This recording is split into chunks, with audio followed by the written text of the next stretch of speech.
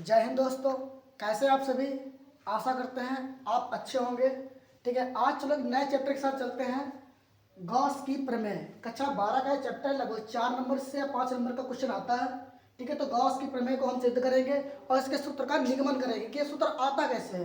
ठीक है, तो पहला इसकी गॉस की प्रमेय की हम परिभाषा देख लेते हैं। किसी बंद पृष्ठ से गुजरने वाला संपूर्ण वैद्युत फ्लक्स उस पृष्ठ पर लगने वाले आवेश का 1/ε0 गुना होता है। ठीक है, परिभाषा फिर से रिवीजन कर लीजिए। किसी बंद पृष्ठ से गुजरने वाला संपूर्ण वैद्युत फ्लक्स उस पृष्ठ पर लगने वाला कुल आवेश का 1/ε0 गुना होता है, यानी आवेश का कितना होता है 1/ε0 गुना होता है। और फाई को कहते हैं वैद्युत फ्लक्स। ठीक है, तो ये परिभाषा रहेगी, ये उसका सूत्र है और इसी सूत्र का हम निगमन करेंगे। ठीक है, तो पहले हम चित्र की ओर देख लेते हैं। ठीक है, चित्र में आप बताना है आपको जैसे कि एक पृष्ठीय क्षेत्रफल है।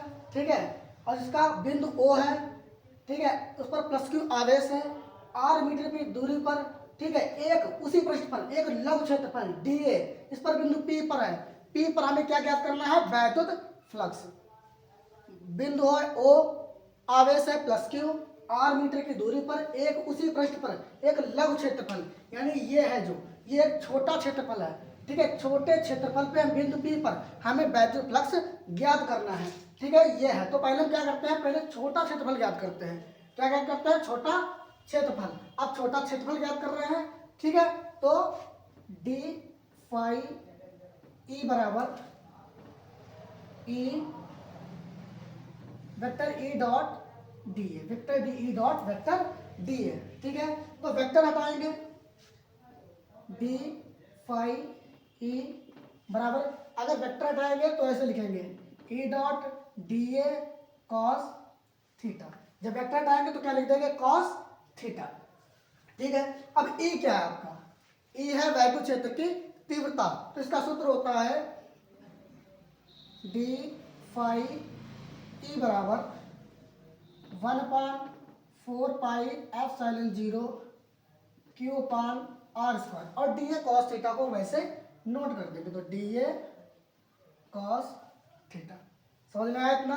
ठीक है, तो अब क्या करते हैं, थोड़ा और सिंप्लीफाई कर लेते हैं।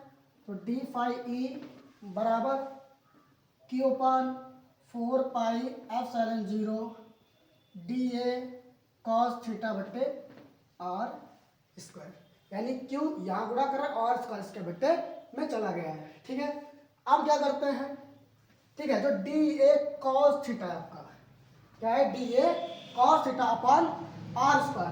ठीक है, अब एक चीज में और दी गई है डी ओमेगा। डी ओमेगा होता है आंतरिक घन कोण। ठीक है, तो इसकी जगह पे हम क्या कर देंगे, डी ओमेगा। तो d phi e Q/4πε0 d omega. ठीक है, डी ओमेगा कर लिया। तो ये आया आपका, सभी का डेट बना लेते हैं, ये आया आपका लघु क्षेत्रफल, लघु वैद्युत फ्लक्स, वैद्युत फ्लक्स। ठीक है, अब हम संपूर्ण निकालेंगे, संपूर्ण वैद्युत फ्लक्स।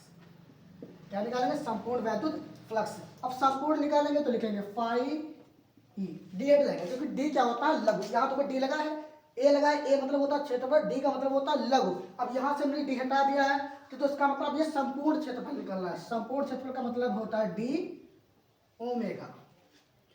ठीक है, तो डी ओमेगा, तो एक मिनट सॉरी, तो phi e Q/4πε0 integration d omega. ठीक है, यानी Q/4πε0 नोट कर लिया और डी ओमेगा कर देंगे हम समाकलन।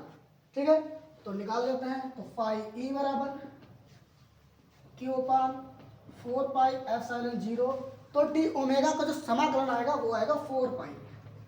ठीक है, 4 पाई। अब 4 पाई से 4 पाई कैंसिल है, तो बचा क्या, फाई ई बराबर Q/ε0। अब देखो यही हमको सिद्ध करना था, सिद्ध हो गया है। एक बार फिर से देख लेते हैं गॉस की प्रमेय। सो गॉसियन प्रमेय भी करके आपको क्वेश्चन आ सकता है।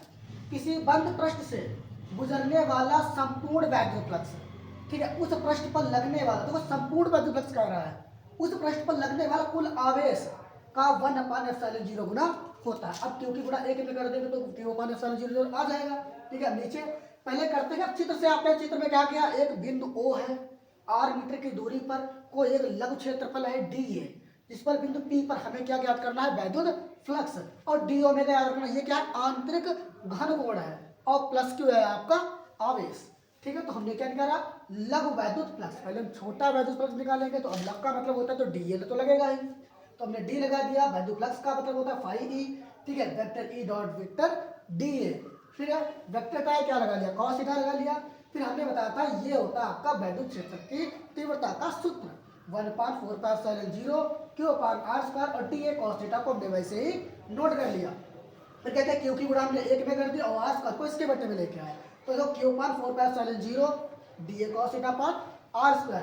ठीक है, अब ये जो है इतना, ठीक है, ये इसका क्या होता है, डी ओमेगा होता है, और डी ओमेगा ने क्या बताया था, आंतरिक घन कोण, यानी हम जो आंतरिक घन कोण निकाल के लाए हैं वो डी ओमेगा इसकी जगह पे हम रख सकते हैं। ठीक है, तो ये हो गया आपका लघु क्षेत्रफल। इसके बड़े क्षेत्रफल निकालना है आपको, संपूर्ण वैद्युत फ्लक्स निकालना है, तो संपूर्ण वैद्युत फ्लक्स का मतलब फाई ई। अब डी हट जाएगा, क्योंकि हम लघु निकाल रहे तो डी लगेगा, और लघु तो हम नहीं निकाल रहे हैं, तो फाई ई Q/4πε0 ये वाला नोट कर लिया, और डी ओमेगा का कर दिया हमने समाकलन, इंग्लिश में कहते हैं इंटीग्रेशन।